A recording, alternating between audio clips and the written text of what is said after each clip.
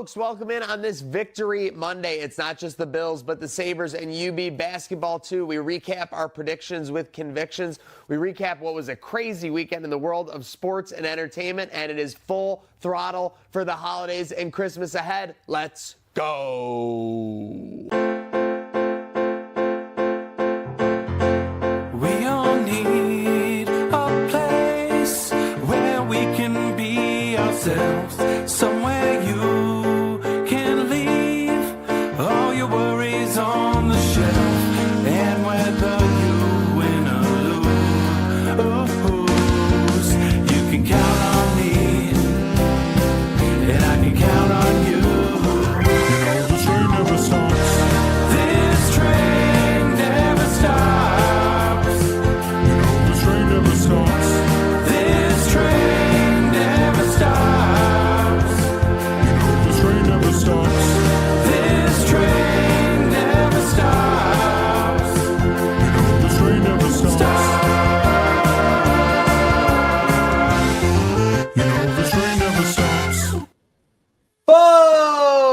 Folks, welcome on in. Hope you are having a very happy Monday, December 22nd, as we get into it here on Trainwreck today. Maniac, we got Slick in the saddle. We got Don on the ones and twos, and we got producer Brett with us, making his presence known. I like that. Always good to switch it up for the holidays. Ready to rock, ready to get onto it on this Victory Monday. We had a great weekend. We got 4 dubs.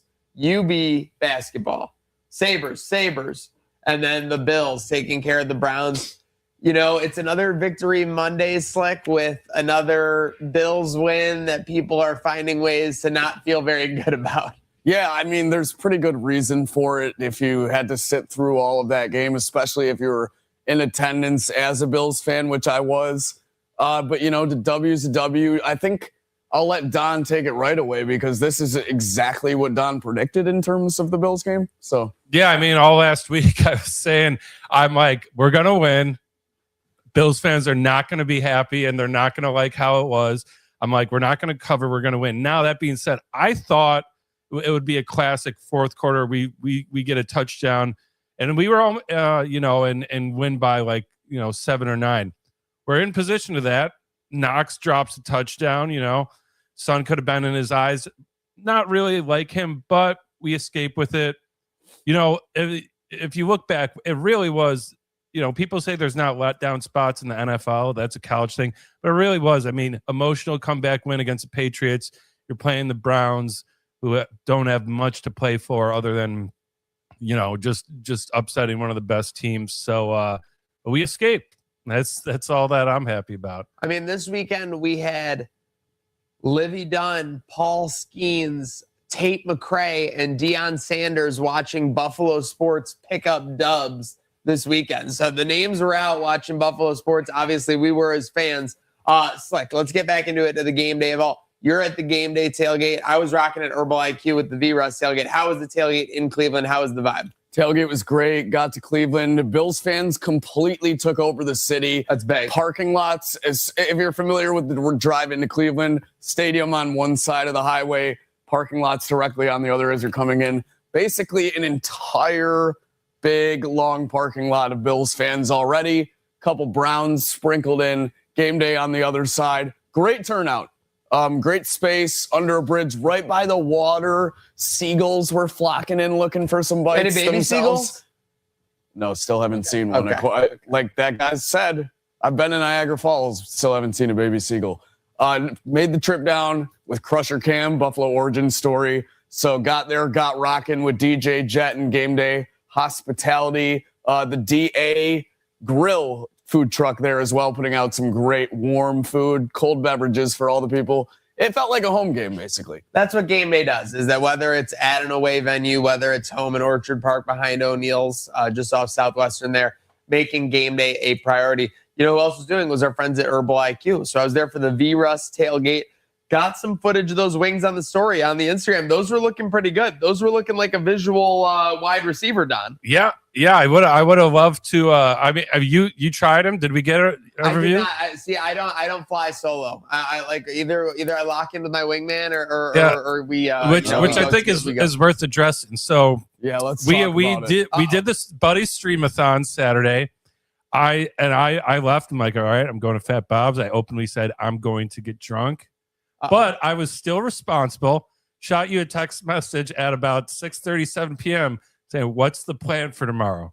Never heard back. Oh, I think I went. What did I do? I was setting a wing national record. You're getting all over the place now. Yeah. Well, so I wake up the next day. I'm like, no text back. I gave you an off day. I'm about to text you, and then I check the retweets, and yeah, you're already at Herbal. I'm like, all right, I got the day off. No harm, no foul, but I wish I was there. So. Sometimes a general leads from the front, that's all. So you got to enjoy a nice day with the lovely lady, a nice Sunday, a nice victory Sunday into a Monday. Yeah. You obviously are off to a great start. No hiccups at the tailgate at all. You got your mic working. You got everything going? Got the mic working. Talked about how the pathetic-ass franchise known as the Browns have had north of 40 quarterbacks since the year I was born, 5+ since Josh Allen was drafted. And And we weren't trying to take the Browns to the Super Bowl yesterday. We were trying to shit on them as a Buffalo takeover. But let me tell you how much of a Buffalo takeover it actually was. Getting to my seat, asking the stadium usher, I was in 135B. Getting in at the end of the first quarter, had to help game day, pack up the truck. Team player. Limited on staff. Got to do that. Got to get into the game a little late. No worries. The usher said, I don't know. I just got here as well. I'm trying to learn it all too. I go, what do you mean you just got here? He goes, I work at the stadium in Buffalo. They're short on staff here for every game Sunday, so they have some of us drive in to work the Browns. Oh my God, they can't even get people to work. He couldn't tell us 135A from his 135B. That's how bad it for the franchise it is, and how much of a Buffalo takeover it was. Even the stadium's security are all Bills fans and Buffalonians. And I did find 135B eventually. Thank goodness. Was surrounded by some Bills fans and some drunk Browns fans. A lot of Fire Stefanskis, which I'll address later. You sat with DJ Jet? Sat with DJ Jet. All right, that was probably a nice experience. We had a lot of what would you play in this moment type scenarios you'll see on Tailgate Talk. Love that. Some funny stuff. Okay. Some really funny stuff. I'll just give you like one hint as to a funny situation. We were like 2nd and 4 in the red zone. Was like, what song would you play here? Dead ass. You're ridiculous. This day. You're too much. No, seriously. Speaking of too much, James cooked too much in that first half. Bills get out to a strong start. Was it feeling like for you guys this could be like, obviously they go up 7-0, but then the Bills won that next juncture of the game. I want to say 23-3. They took a 23-10 lead. It was feeling like the taillight time. It was feeling like it could be a blowout thing, but we weren't able to pull away in the game. Something that's going to frustrate a lot of people. It didn't really feel like a 2-score game at all throughout this game. It was just frustrating. Guys weren't catching anything. Guys weren't getting open, missing their blocks. A lot of missed tackles.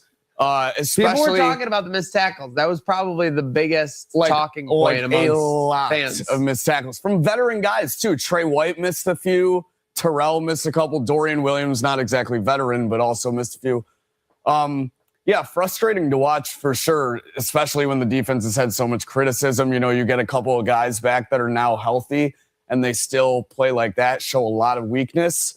Like I said, never felt like a 2-score game. This was a pesky Browns team. Shadur actually finding a way to scramble. To talk about the missed tackles, he was making a lot of our line guys miss on attempted sacks and then just going and scrambling for firsts on the conversion rate. Yeah, even Rousseau missed a couple before he eventually had his field day. Don, what was your biggest takeaway? I guess let's label it pre-Josh Allen injury, late first half. Like what was your biggest take going into that juncture of the game? Yeah, I mean, we got out, put up 20 points. I thought, we're a second half team, so like we're really gonna get away with this, and that's kind of, I think the script went as the last few weeks it's been, we can't really find our legs. Defense plays bad, then the second half offense explodes and defense locks in. It's kind of the complete opposite. This game is, defense played pretty fine in the first half. That first opening drive, not great, but they settled in, and the offense was putting up points. I mean, it's not often the Buffalo Bills put up 3 points in the second half, so it was weird. Such a strange. Obviously, you look at the end result. I think if you told any Bills fan Cleveland's going to score 20, you would have felt good about the Bills' chances. If you told any Bills fan that the Bills would score 23, iffy, probably pretty good, but still iffy. So again, it ended up being that kind of game where you felt pretty good most of the way down the stretch. Obviously, there were a number of things, but let's get into the Josh Allen injury of it all. Talk to me about being in that stadium live, not really knowing what's happening. They were kind of giving us constant updates. They took his shoe off right away, so we knew it was kind of something with an ankle. Yeah. But what was going on inside the stadium? I had no idea what the hell happened. I was trying to figure everything out. Really hard when you're in an opposing stadium and something like that happens because no one goes quiet. Everyone's just going about business casually, especially if he's not down on the field. Nothing too concerning for the Browns By the way, fans. were they like, is that Myles Garrett? Because originally they awarded it to the one guy. Yeah. Then they split it. Like, Very it was much crazy. so. You could tell the league made the call because they wanted to get him within a sack, where if he got a sack, it would have been the record. No, there was definitely a lot of people turning around and saying that, including myself, and then wondering what the hell was going on with Josh. Didn't exactly see how that happened, what came down on him. But definitely he lost for words when he was going to the too sideline, fast, right? Yeah. Like, I think when you look at the replay, so was it because he was trying to get out of it. That was what made it so worrisome. Was it was kind of like a non-contact one. He like twisted again to do like the second spin, and he definitely like sometimes you're just like overconfident in your running ability, and that was all it was. He was trying to move faster than his feet would allow. I saw him at least walking to the locker room, so I felt good about that. And let's be real, like if there's a guy that has a tweaked ankle, is going to play through it. It's Josh. He's not going to be standing on the sideline like Lamar Jackson last night. So. Whoa! All right, all respect to injuries. But second half, we get out there, only score 3 points. That's definitely troublesome. Cleveland started to get it going, but it was kind of either the Jordan Poyer or Greg Rousseau show. Greg Rousseau breakout game here, 2.5 sacks, all kinds of QB pressures in the fourth quarter. I don't know. It's like people kind of criticize Greg for never making the big plays, but I feel like it's more the consistency that is really how he shines in the defense. His pressure's always been there this season. It's like not always showing up on the stat sheet. Definition of a guy like that, where stats are not always going to explain the whole story. And Greg just finally got his paws on vulnerable Shedeur yesterday. But like I said, too, other guys were getting there as well. The pressure was there the whole game. Shedeur was just able to shift and to move out of those situations sometimes with agility and get those first downs. Obviously, we got to him at the end in the fourth quarter a lot when it mattered, but frustrating game on the defensive side of the ball. So we get to a game where it's like you need to kill 9 minutes up 3. They get a 3 to 4 minute drive where they get into, the territory. Then they kind of have to, like, they stymie out or whatever. They can't do anything. There were a couple times where they called in the defense late to essentially win this game. The offense had a chance to, and we had the Dawson Knox 4th down drop. Were you surprised that they went for it in that scenario? Well, no, because there were 2 4th downs we missed, and it was 100% influenced by the fact that we don't know what's going on with this kicker right now. I mean, this is a bad. That should be when you can't kick a 45-yard field goal with confidence. That should be the biggest thing that we are like, oh my God, like one of these games could come down to like 2020, 4th and 2 at the 25. We need to be able to kick a field goal. I knew it. I knew it. So basically, I knew it was bad. I want to say, by the way, at halftime, they were doing like a kicking competition. Oh, no. They picked 5 less than teenage girls, probably like 13-year-olds, and had them trying to kick 20-yard field goals. And this girl couldn't even get it off the ground. And then we come and start the second half, and our kicker can't even hit the landing zone. I was like, did one of these little girls sub into the uniform? Not good. It looked like a squib kick that didn't even come close to the landing zone. Yeah, that was so between the kicking issues on TV, seeing how it was one of those weird situations where the sun is like hitting half the field, which people think doesn't mess with you. It does when you're running a route and you're in the shadow, and then all of a sudden you're in blinding sunlight. The ultimate sports situation for that is in baseball when the sun and shadow is between the pitcher's mound and home plate, because it goes in from the shadow, and like exactly like you said, seeing that come in is way more challenging in those shadows in that situation. Yeah, so there's that. There's the kicker thing. Brandon Cooks has a bad drop. Dawson Knox has a bad drop. People are out on Cooks already. It was one of those games, like I said, we escaped, where I'm watching and I'm not like really angry about one particular thing. I'm more like,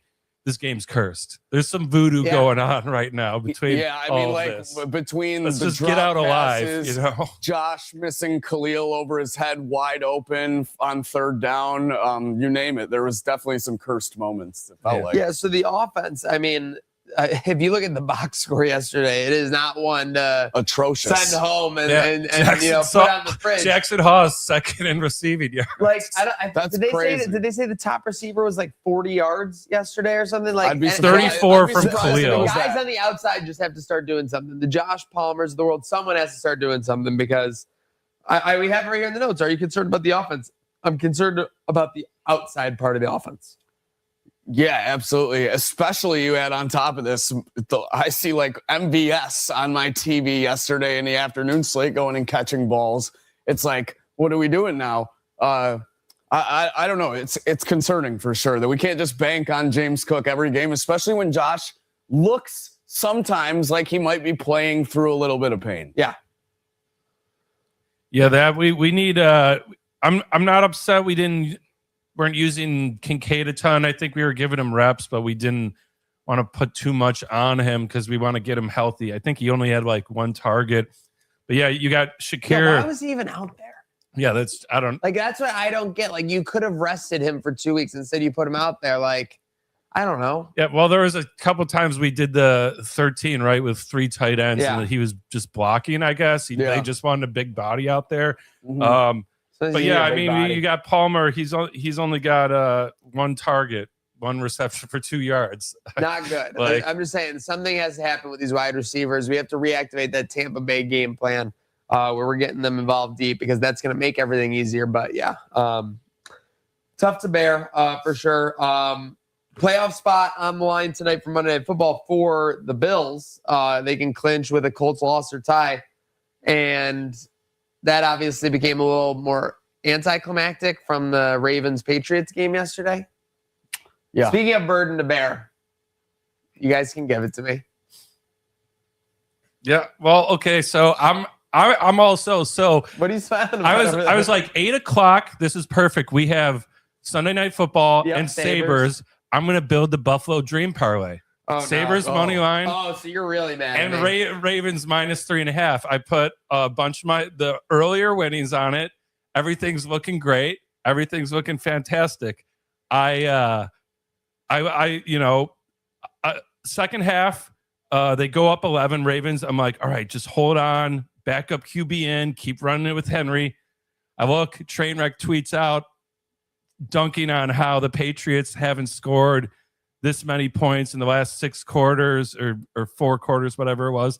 And immediately 5 minutes later, get a touchdown. It did happen very quickly. Get a touchdown. Ravens don't score again. And yeah. And Like, not Patriots only don't win. score again, like It was like it was a they, classic like mush. they lost. Like they lost the game and then had to come back like with a chance to come back And fumble and the ball. didn't even get across half field. So it's just No. like they didn't just lose. Like to lose with like 20 seconds left would have been like, oh, heartbreak. Like they got throttled. I mean, like yeah. absolutely just blew it. I mean, there's just questionable decisions too. Again, by Harbaugh. Like, where was Derrick Henry? Everyone you- wants to know where Derrick you don't Henry have was. Derrick Henry in for your last drive, like not once, and he's been like ripping off 6 yards a play. Just doesn't make any sense. And so I don't know if for the folks that are superstitious or maybe a little stitious out there in the gambling world, we call what happened a mush. And it's not when it's anyone's fault, but someone tweets or says something. It's not the reverse jinx. It's like a reverse jinx. You're like, oh, well, this one's over. yeah, exactly. So he dunked on them not scoring points, and so yeah, I actually, you can talk to Haley about this. I was pretty livid. I can I believe was that. pretty livid. I didn't even retweet the post. I'll admit that because I was That's like, fine. dude, it's was too watching this early. game at the hotel bar with none other than Mike Bunt. Oh no. Yeah, we weren't reacting well either. By the way, what do you think of Drake May look away touchdown on the most wide open pass I've ever seen? People are saying like that's aura farming. No, like he's no, an like idiot. the guy, like there was nobody on Hunter Henry. Drake May last night was exactly what he is. He's a good to very good quarterback in a great system with a great team. For Yeah, I sure. agree. That's Yeah, exactly I and what great mean, coach. that's the other thing that stood Well, out to bitch me coach. is I'm like, But their good. receiving core is awesome. Like Mac Hollins, Yeah, Hollins Diggs, balled out, dude. Hunter Henry, and then they have 2 great running backs and great coaching. So I'll say that's going to make a lot of guys great, but clearly he's got a good arm. Clearly, I mean, he's hitting the right spots with the ball. He's not Trevion overthrowing Henderson, people. historically good rookie running back. Again, they're doing things. So you give them credit, but again, like that's just why it drives me nuts when people like, would you trade Drake May for Josh Henderson? I'm like, can you believe that was actually things people were sending out like a month ago? Like, I'm sorry, that's just dumb. I think who said that. Well, it was a lot of people. It wasn't one person. you put Drake May on this Buffalo Bills team, and we're like 7 and 8 at best. Yeah, no, at absolute under best. 500. Yeah, we're not making the You're playoffs. talking easily 5 and 9 or 5 and 11, something for sure.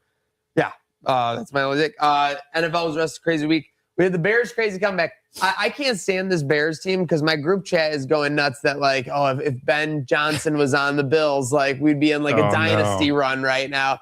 I'm like, dude, this guy, like their team was down 16-6 with 5 minutes to go. And this is your like offensive like protege, like your prodigy, I'm sorry, is actually the word I was looking for. Like completely just like clueless to the situation. They've had 6 games where they've been trailing in like the final 2 minutes and won. Yeah, I believe is the stat. Let's see, this reminds me exactly of the Kansas City Chiefs of last year. So they had all those close wins. What happened this year? It was a regression to the mean. I think the same thing is going to happen for the Bears eventually. I bet on the Packers on Polymarket. Next play, Jordan Love goes out.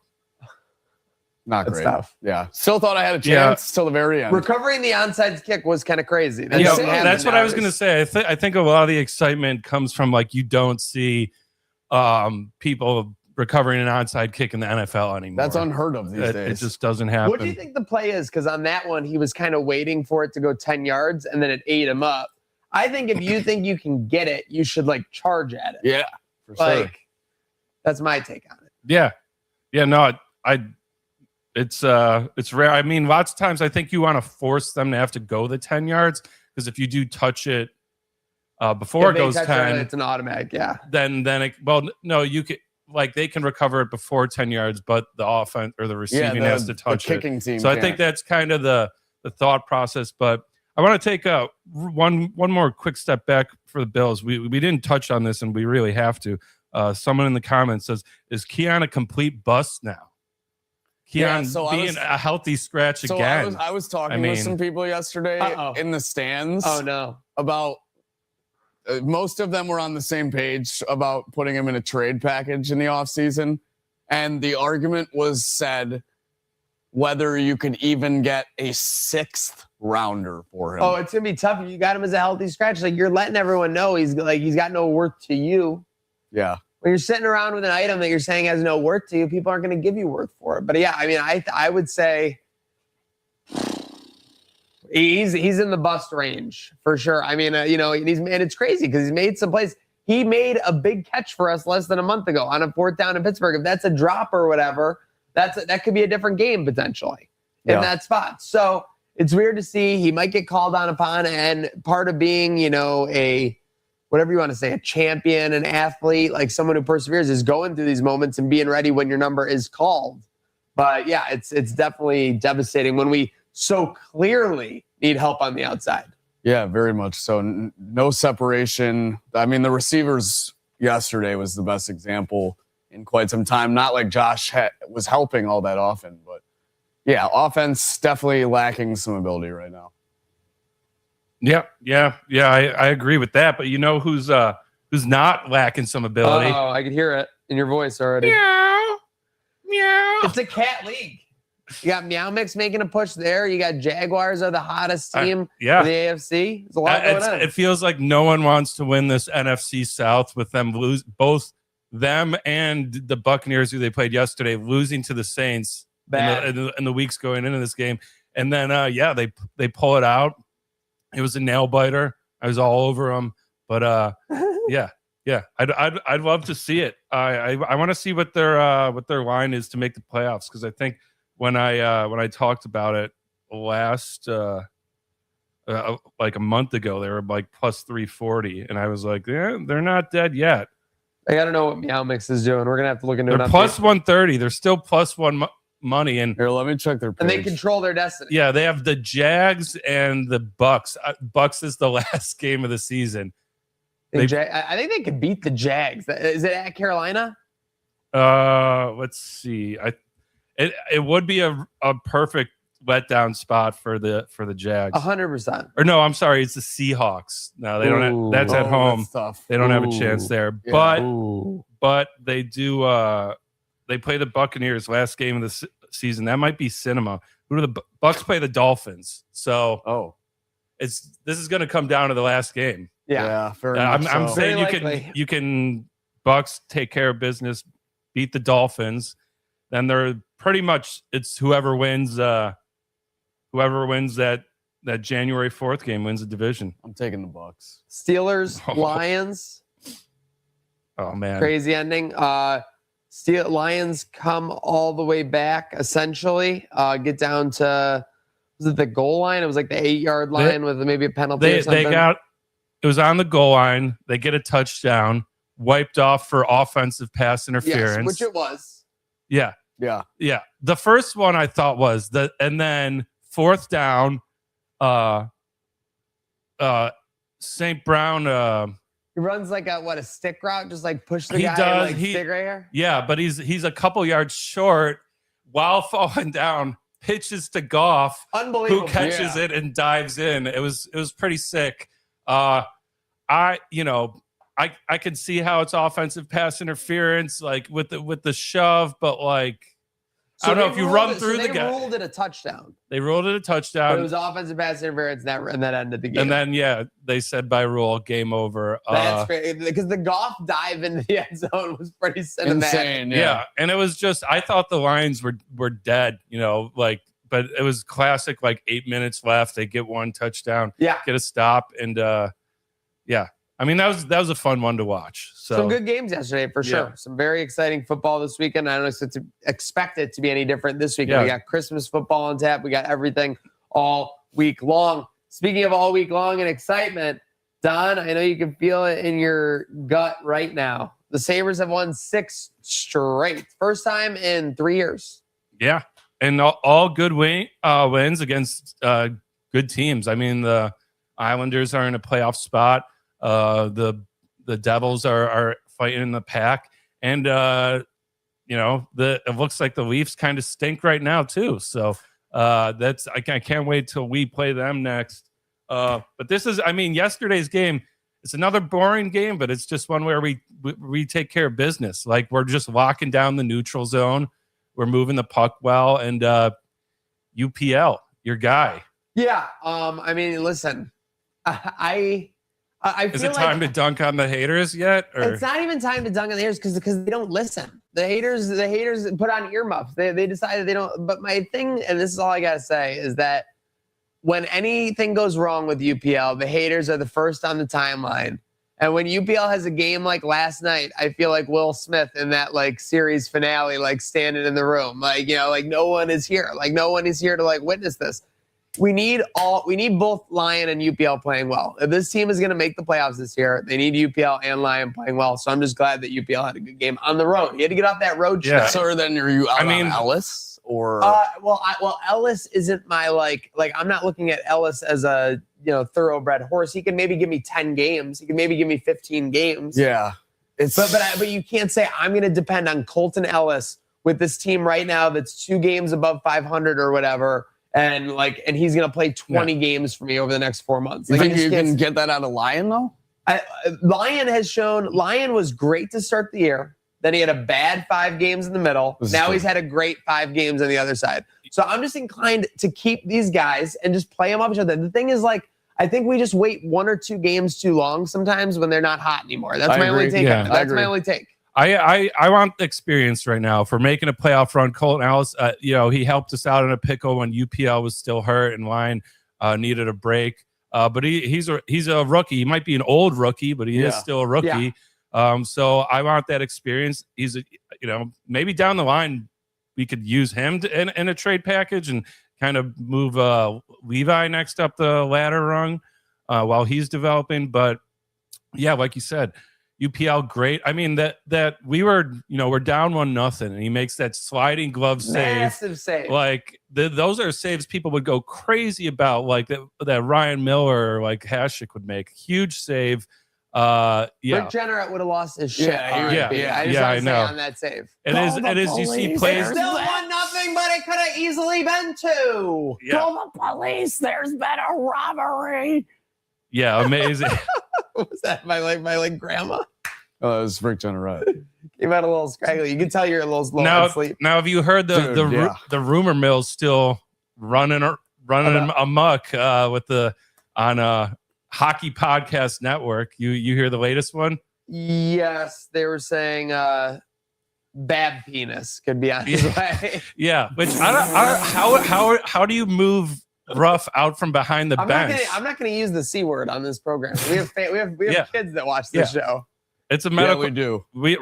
We use the medical term. Yeah, for sure. But how are you gonna take Ruff? Like this is a movie This that makes no sense. You come out of Jumanji. It's like, what year is it? Like, dude, like, why are we going to get seriously. All this talk, torts. Wasn't one of the things too many cooks in the kitchen, and now we're just gonna get like more people? Yeah, and also didn't Babcock get fired because he was like doing weird shit with players? Like, text, and he was like doing weird social media. He was stuff. looking through players' pictures on their phones. Yeah, that's crazy. I don't want that guy. Yeah, what psycho. And here, who do you think has the craziest pictures on their phones on the Sabres? I mean, and I guess we should say this outside of Peyton Krebs. I can see Matthias Samuelsson as being kind of like a weird dude. I feel like Benson's got some. Oh, Benson. he's absolutely got some shit. He's got some real inappropriate memes, and he's probably getting girls to send him. I feel like Alex Lyon does. Okay. Lyon's a good looking guy. So where are the Sabres right now, though? Are they all the way back down? I feel like you can't. Where's say the Kool-Aid? that. How full is the Kool-Aid jug? It's about to be overflowing, and then I'm gonna drink some, and then we're gonna get another round. No, it's in Monsters Inc. when they've got the canister. How full is the canister for this Sabres fan base to run for a playoff run? I think we need. I hate to use this number, 4 more wins. I think we have to get to 10 in a row. Yeah, we need 4 more for everyone to really be back in, and we're going for it. If we get to 10 in a row. That would be first time since the 2018 team. Yep. And if anyone remembers what that was like, that barn was buzzing. Yeah, it was rocking. Yeah. Well, it's coming at the right time. Again, this is what we need to do. Time to get I would love to get 10 in a row, but I also want sustainability. If we drop one and then rip another 4 or 5, that's fine. I'm gonna say so we're at 6 right now. So in our next 8 games, I need 6. Okay. I need 6 for 8. So you need 12 points in the next 8 games. Yeah. Yeah, that's an ass. So my dumb ass just connected to the dots that our very own Gatesy is likely going to be going to the game tomorrow night in Ottawa. Boots on ground. Boots on ground. I went to a game in Ottawa in 2007 on my birthday. Don't quote me on the exact year. Might be a couple off. Derek Roy wins it for the Sabres in a shootout. Wow, that's pretty electric. Royzy. I mean, so we're the Atlantic Division. It's kind of a cluster right now. We're 7 points out of first place, but here's the thing: Red Wings in first have 2 more games on us. Yeah, they played 2 more. So right now you're just at a Sabres win your games, but you're close enough where you could start like looking around a little bit. The only thing that's just weird, isn't it? Like that every team in the Eastern Conference or something is above 500 right now. But none of them. Everyone but the Leafs. I agree. Nobody's like nobody's distinguished themselves. I agree. Well, that's why we have so many 500 teams because nobody's dominant. Everyone except the Maple Leafs. Oh, you hate to see it. They're 15-15 and 5 overtime losses. Oh, who would have thought, man? Okay. All right. Well, and Blue Jackets, but yeah. T's and P's for our friends up north for sure. Thank you, Trish. Great. I mean, yeah, seriously. 2 wins for the Sabres this weekend. UB Bulls. Still winning. That's all that matters. Winning. If just got to keep winning the games that you can afford to and play good defense. That's what I've been seeing the most of as this stretch has gone on. They're starting more and more to look like that Nate Oates defensive lockdown team where they make it tough on their opponent down the stretch. Just got to keep winning the games that you're supposed to if you want to be making a bid for come February towards March and the dance. So I'm not really sure how the schedule looks these next couple weeks. Playing tonight at home. Who do they got? Who do they got Penn tonight? State Barons. We have a satellite Penn State still at 11. So if they lose this game, I'll say pack it up. The season's over. Yeah, no, agreed. You can actually quote me on that. If they lose this game, funny because this is just an alternative Penn State campus, but ESPN doesn't even give them the actual Penn State logo. It's like they don't exist. Yes. So it's crazy. But you said it perfectly. A MAC game on the road, UB favored by 2 points. They win by double digits. Just keep doing what you got to do. As far as UB, 10-2 now to start the year. I'm just looking at the games after Bear End. Then you get back into MAC play again. So this is a little break.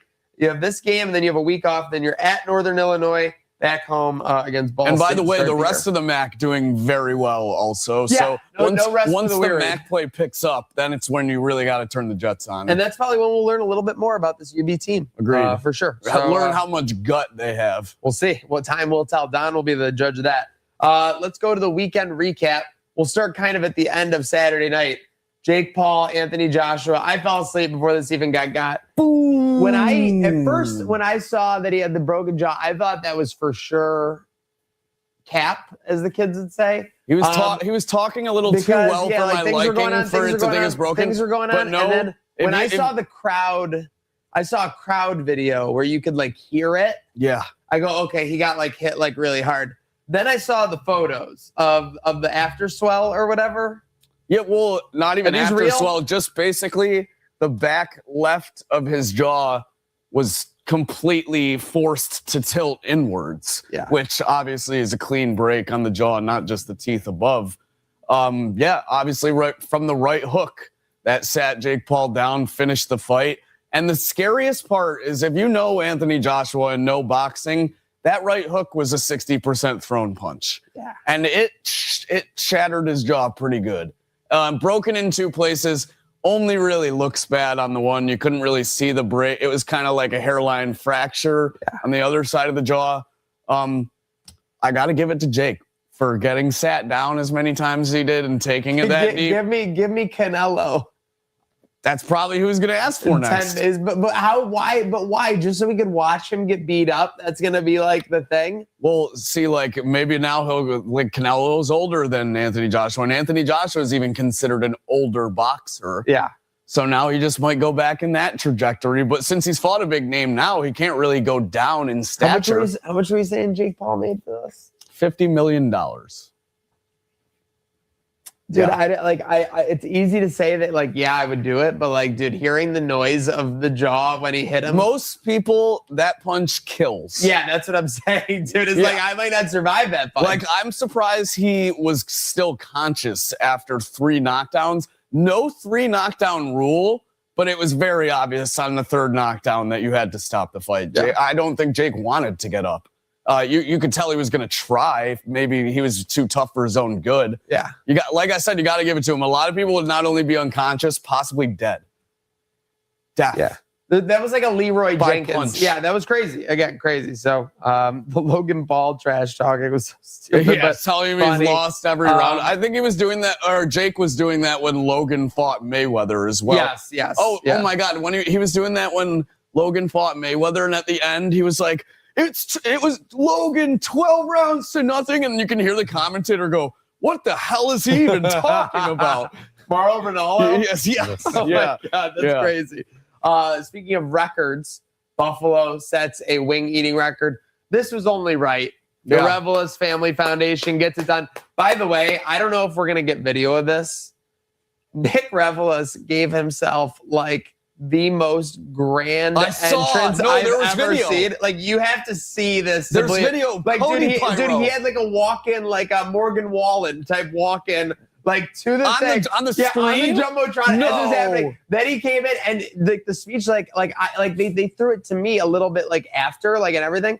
I had nothing to do because I'm typically the guy who's screaming and getting everybody fired up. He was screaming at everyone. He's like, Buffalo is going to go back on the mat. It was insane. It was absolutely insane. So it was a shot out of a cannon. I've never, the crowd, dude, easily 2,000 to 3,000 people at the convention center. everyone unglued, like on every line this guy was saying. A lot of good attention to mental health. I saw a clip from one of the Lolly boys of his entrance, Cody Rhodes type pyro, pretty unmatched. Also, didn't know that the Mafia bus crew was in attendance, part of the world record. I was seeing all kinds of villagers at this thing for sure. Yeah. Wow. Familiar faces. The Seneca 1 crew was fully up front table. Well, So, yes, I think now I will say this with all respect to that was so nice of them to have us involved in everything. It was great. There was a point where I was next to a professional eating table. Oh, geez. And they went to me for an update. And I'm like, these bones are like crying for their mommies right now. Like, you wouldn't even believe the stuff that's happening. I go, these bones are about to call William Matar because they feel like they've been hit by a car. And I think there were 2 other law sponsors for the event in nearby tables.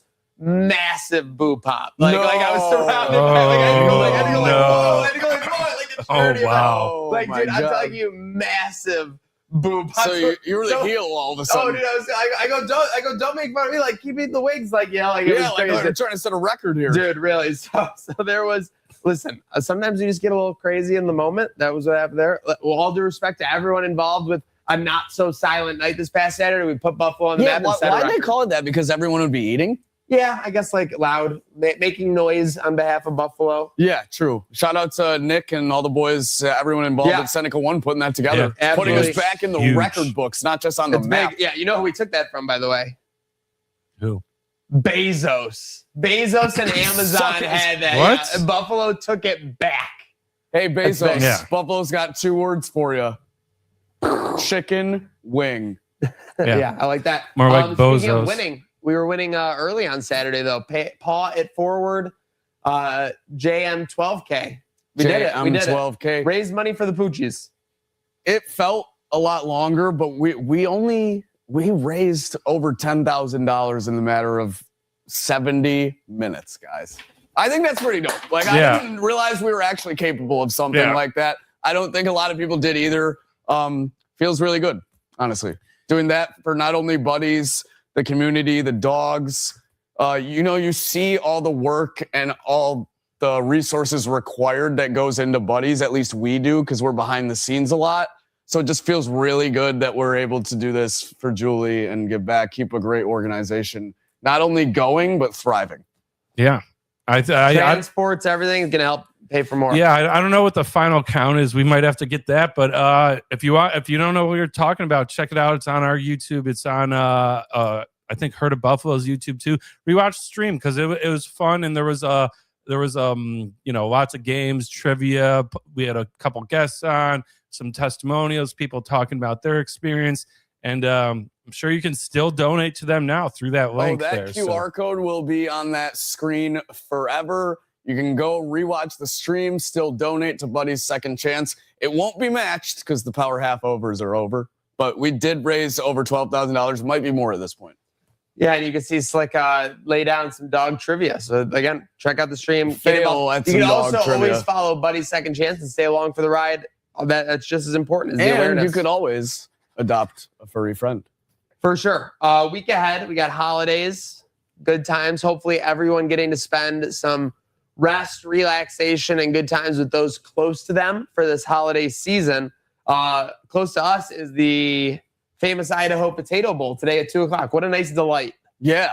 Sweet, sweet potato. The Idaho famous potato bowl. I'm not sure what makes it a famous potato, but nonetheless, 2 states, Washington State, Utah State, both 6-6 teams. Got to pick them basically on the books. I think pretty low over-under as well, like around the 40-somethings. So locked in Utah State for lunchtime locks. Graphic will be coming out later. Where do you guys? 49.5. 49.5. Okay, so. Yep. I feel like if the unders are under 50 in these bowl games, you got to bet the under. Am I crazy?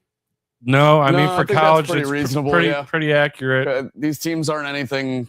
You know which one was crazy last week? Do I have it here? Oh, geez. Was it the Ole Miss one? Kennesaw State, Western Michigan. Oh, yeah. The over-under was 47.5. It was 34-0 Western Michigan at halftime. And it ended at 41-6. Went under. Jeez. Unbelievable. Yeah, I think you got to take the under tonight then, too.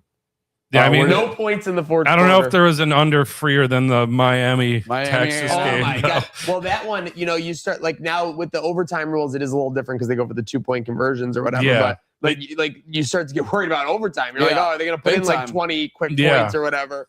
But yeah, like that was. You want to talk about? That game was being played in sludge? Yeah. And Yeah. then like the most exciting last 2 minutes ever, maybe. In Yeah, in really. college Like football. literally, it was almost like they kept all the offense for the last 2 minutes. Yeah. Insane like that. Sometimes that not happens. only Michael Irvin on all fours as we saw. Did you see him? Did you see him belt to the jersey? Belt to ass from Michael Irvin. He's so stupid, but he might be the funniest person. My that favorite ever part of that existed. video is the fans behind him just looking at him like, what the hell is this guy even doing? Like, because he doesn't just belt it like 3 times. Oh like, no, he readjusted. bro, He's doing all kinds I thought of he was stuff. like Sheamus going for like Yeah. 20 of the like blows Yeah, on yeah. the chest. He was. There's no doubt.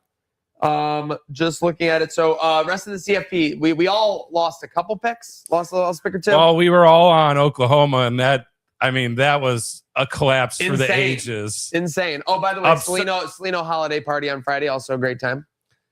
Oh yeah, right on. Because that game was going on during that game. So I checked. I went up to go do one of my talks or whatever. It was 17-0.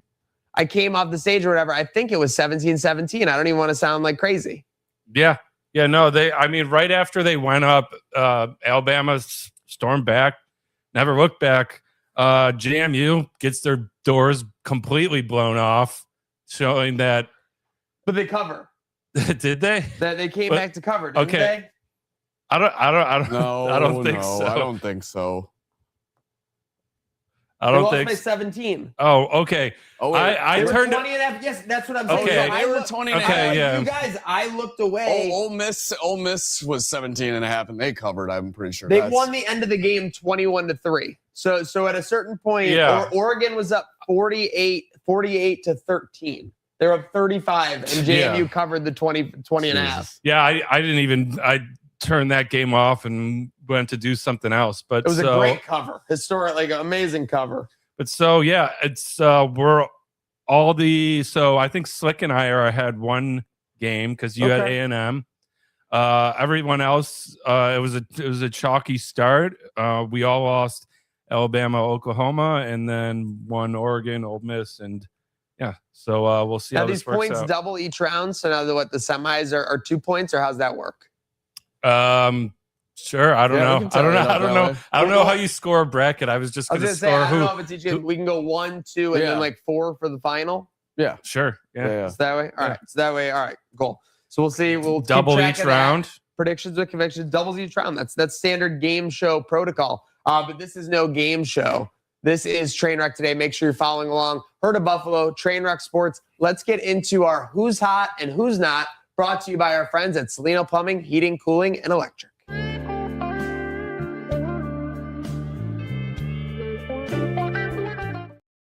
All righty, so I will kick it off here. This man is electric. He's heating up in a big way. Some would say he never cooled off. Timothy Chalamet with this Marty Supreme. You see him with Drewski? No, but I did see him collabing with that rapper that He you guys collabs with the thought he rapper. was. He's Yeah. doing all the spots. And then I just saw tweeted this morning, like 50 minutes ago, he's the first person ever to stand up on the Las Vegas Sphere. So he there shot you a go. video standing on top of the Sphere either yesterday or maybe they released it today. I don't know. But Wow, that would be something. Wait, so he linked up with that rapper that Yes, people thought was him? Kid or So, whatever. so he just put the rumors to bed. Yeah. Wow. He said he was going to be dealing with it. and That's then he did. massive because actually on the ride, Crusher Cam asked me, "You think Chalamet's that rapper?" And I was like, "Dude, I have It no already idea. got- I it just already learned. got I was released. like, I just learned about this." Yes, but Chalamet's hot as hell. Listen, I got to eat the salsa in this case. Me trolling the Patriots. 14-0 Well done. run in the last 10 minutes. Accountability. Yeah, it's an ability for sure. I got put on my keister yesterday. yeah. Mm. Yeah, they're Happens to the best of us. they're If you sure. think I'm not firing the next shot though, the next time Drake May goes dime time, you're Yeah, cool. we Yeah, got well. some of them chirping in the Instagram chat. I've been Uh-oh. ignoring them, but Now before you bring the chirp Oh, the up stuff, Pats fans, they found us. yeah, Can I one just says say one- Drake May bitch 380 yards.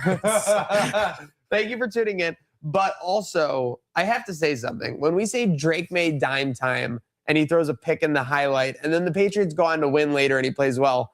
That video didn't age poorly. No. It was a highlight. We didn't say Patriots dynasty is done. They're going to be like forever. They're losing the AFC. That's why I specifically give the situation. And then people still always comment this aged poorly when that, like, all I'm saying is that's not the right way to end. My favorite was when they were like, he threw the look away touchdown and everyone was like, oh yeah, like there's time. What are you even talking about? It's like, dude, like I could have thrown that touchdown pass. Anybody. It was ridiculous. What else they got? Like what else did they bring in? Thought he was pulling just that. Okay. So they're weak as shit, just like their bitch coach. All right. Yeah. I'm not taking all the way back. Who is hot?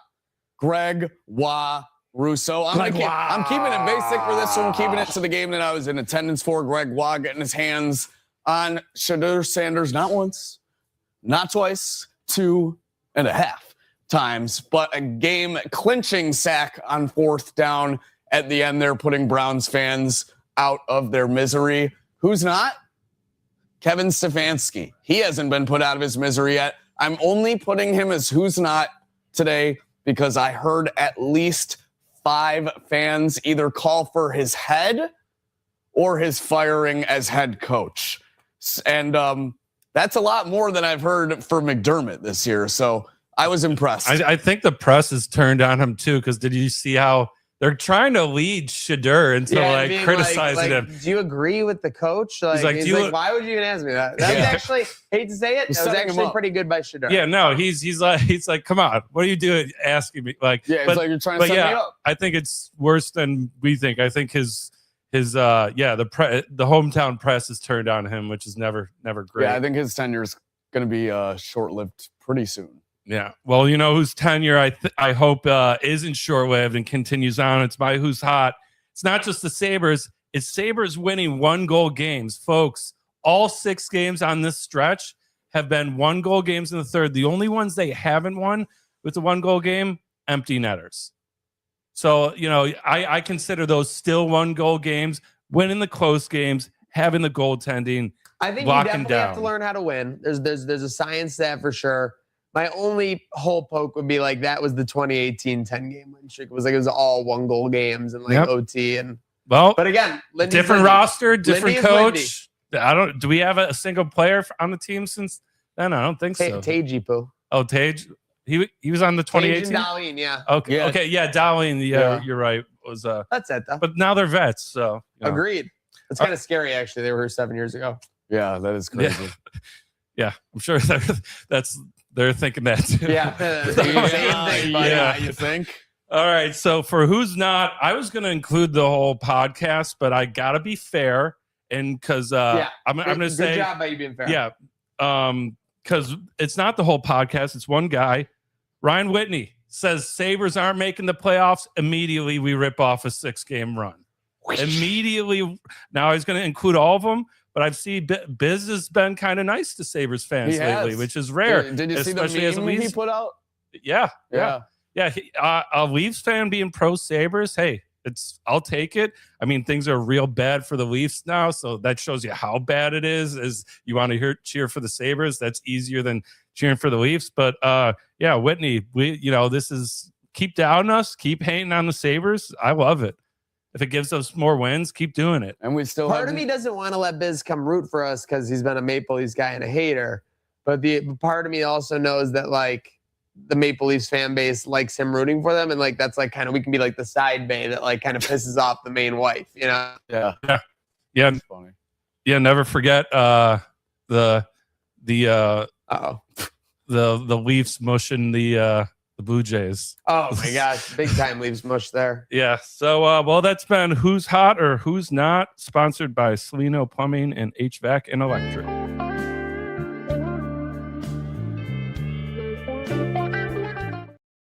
Quick reminder, folks, call 68-FLUSH to make sure your home is championship caliber heading into 2026 with our friends at Salino. Or else you might be crashing out. Don, I heard we have a little bit of crash out action on the line. I think it's fair, and I read one of the texts. I think it's called for. Yeah, we didn't get any calls. I'm a little surprised. Saw we would get some calls, but we got a text, and this guy, he gives a shout out to a good guy, Slick. Here. Oh, is that right? Let's bring it up. Any Censor this. second. There we go. What? Whoop. The game plan must not have been, like Garrett gives record, the W was a second thought. Red Helmet Camper in Twin Oaks. Oh, hell yeah. And for my last shout, Yee Slick. I know we are neighbors at the lot. Go Bills. Love the bus. There we go. Shout out to the bus too. So that's not a Appreciate it, terrible, Justin. not a terrible crash out. That's pretty fair. And you know, it's all, that's a good thing about this Bills thing. Even when we got things to complain about, it's all love. It's all Listen, love. sometimes you have crash outs with a shroud of truth for sure. But make sure you're being true to yourself this week as we go into the holidays, as we go into everything. If you need to crash out, give us a call. Don't crash out at your dinner table or holiday table. 716-226-6263. So again, we've got a week ahead. We've got obviously the Eagles. We've got a lot of stuff coming up this weekend, but it's the holidays during the week. We'll also have a Christmas Eve edition show for you on Wednesday. We'll be debating some of the pop culture of Christmas and everything like that. Very excited to do so. But any final thoughts before we sign off today, boys? Yeah, just enjoy this time with your family and friends. Go Bills, go Sabres. Let's pick up at a W tomorrow for Gatesy in Ottawa. And much love, everybody. I wish a Merry Slickmas to all, and to all a good day now.